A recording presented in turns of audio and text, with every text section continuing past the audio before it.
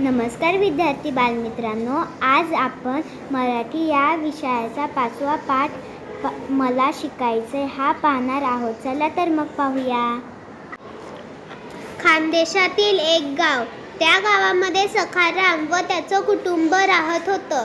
सखाराम व त्याची पत्नी सुलभा हे दोघं दिवसभर उन्हातान्हात मजुरी करायचे. त्यांना स्नेहा नावाची एक मुलगी होती. तिचं 4थी पर्यंत शिक्षण झालं होतं. ती अत्यंत अभ्यासू व कष्टाळू होती. तिचा छोटा भाऊ पिंटू पहिलीत जाणार होता. गावात 4थीच्या पुढचे वर्ग नव्हते. वडील आपल्याला शिक्षणासाठी परगावी पाठवतील का असं सारखं स्नेहाला वाटायचं. बबली नावाची तिची मैत्रीण शिक्षणासाठी शेजारच्या गावी जाणार होती.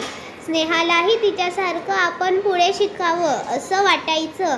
तिच्या मनात शिक्षणाचाच विचार सारखा घोळत होता.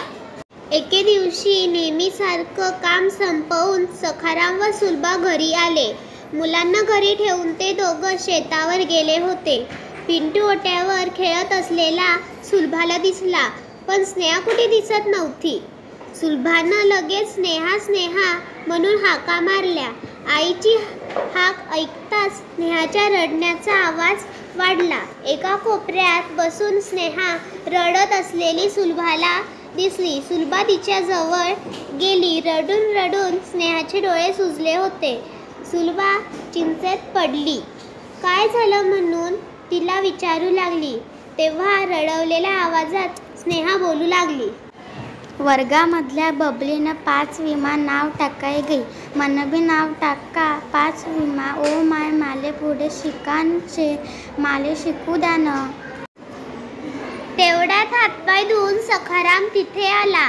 स्नेहा तुले 4थी लोक शिकाडा ते आणखीन पुढे शिकीसन काय करशील तू. आपली परिस्थिती अशी गरिबीने परगावले. कसा धाडू तुले. एसटीमा ये जा करीन पडीन. तनपेक्षा आते शाय बंद घर बशीन. धाकला भाऊले संभाय समजन का तुले. सखाराम थोड्या रागातच म्हणाला. दादाले सांग ना ओ माय माले 5वीमा जाऊ द्या शिकू द्या. असं म्हणत स्नेहा पुन्हा रडायला लागली. सुलभाला गहीवरून आलं. तिचे डोळे पाणावले. नवऱ्याला कसं समजावून सांगावं हेच तिला समजेना. गावात 4थी पर्यंत शाळा होती म्हणून गावातील बरेच लोक मुलांना 4थी पर्यंत शिकवत होते. गरिबीमुळे मुलीला परगावी शिकवणं सखारामला अवघड वाटत होतं. सखारामच्या भाऊबंधांमध्ये पोरींना कोणीही 4थीच्या पुढे परगावी पाठवून शिकवलं नव्हतं. त्यामुळे तोही त्याचाच कित्ता गिरवणार होता. त्याचा निर्णय पक्का होता. स्नेहाच्या वर्गामधली बबली गावच्या सरपंचांची मुलगी होती. आडगावला जाऊन सरपंचांनी 5व्या इयत्तेत बबलीला प्रवेश घेतला होता. स्नेहाला तिचे बाबा पुढे शिकवणार नाहीत असं मुख्याध्यापकांना समजलं. सरपंचांना बरोबर घेऊन ते सखारामच्या घरी आले. सरपंच अचानक आपल्या घरी आलेले पाहून सखारामला अचंबा वाटला. बबली स्नेहाकडे नेहमी येत असे. स्नेहा अत्यंत हुशार मुलगी म्हणून सरपंचांना तिचं मोठं कौतुक. कायद्याप्रमाणे मुलीला शिकवावंच लागेल. तुम्ही कोणतीही अडचण असली तरी आपण ती सोडवू, पण स्नेहाला पुढे शाळेत पाठव सरपंच बोलले.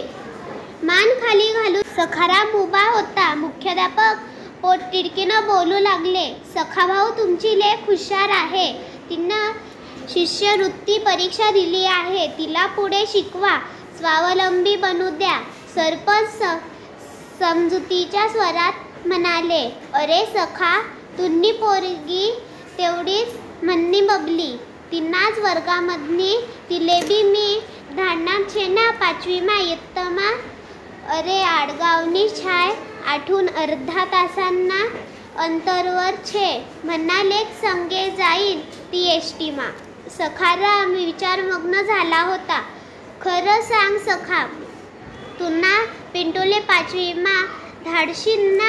मग पोरगीना बातमाच असा भेद कशाले सांग सखाराम. सखाराम निरुत्तर झाला. मुख्याध्यापकांनी बोलायला सुरुवात केली. अहो सखाराम, तुम्हाला माहीत आहे का आपल्या जिल्ह्याची जिल्हाधिकारी कोण आहे? एक महिलाच आहे. तालुक्याच्या पोलीस स्टेशनलाही इन्स्पेक्टर म्हणून महिलाच आहे. शेजारच्या गल्लीतल्या त्या दामोअण्णांची लेक डॉक्टर झाली गेल्या वर्षी. माहिती ना तुम्हाला? अजून किती उदाहरणं द्यायची? आता कित्येक डॉक्टर, वकील, इंजिनियर या महिला आहेत. त्या सारांच्या पालकांनी तुमच्यासारखंच विचार केला असता तर सखारामला काय बोलावं ते सुचेना. आता त्याला पटलं होतं.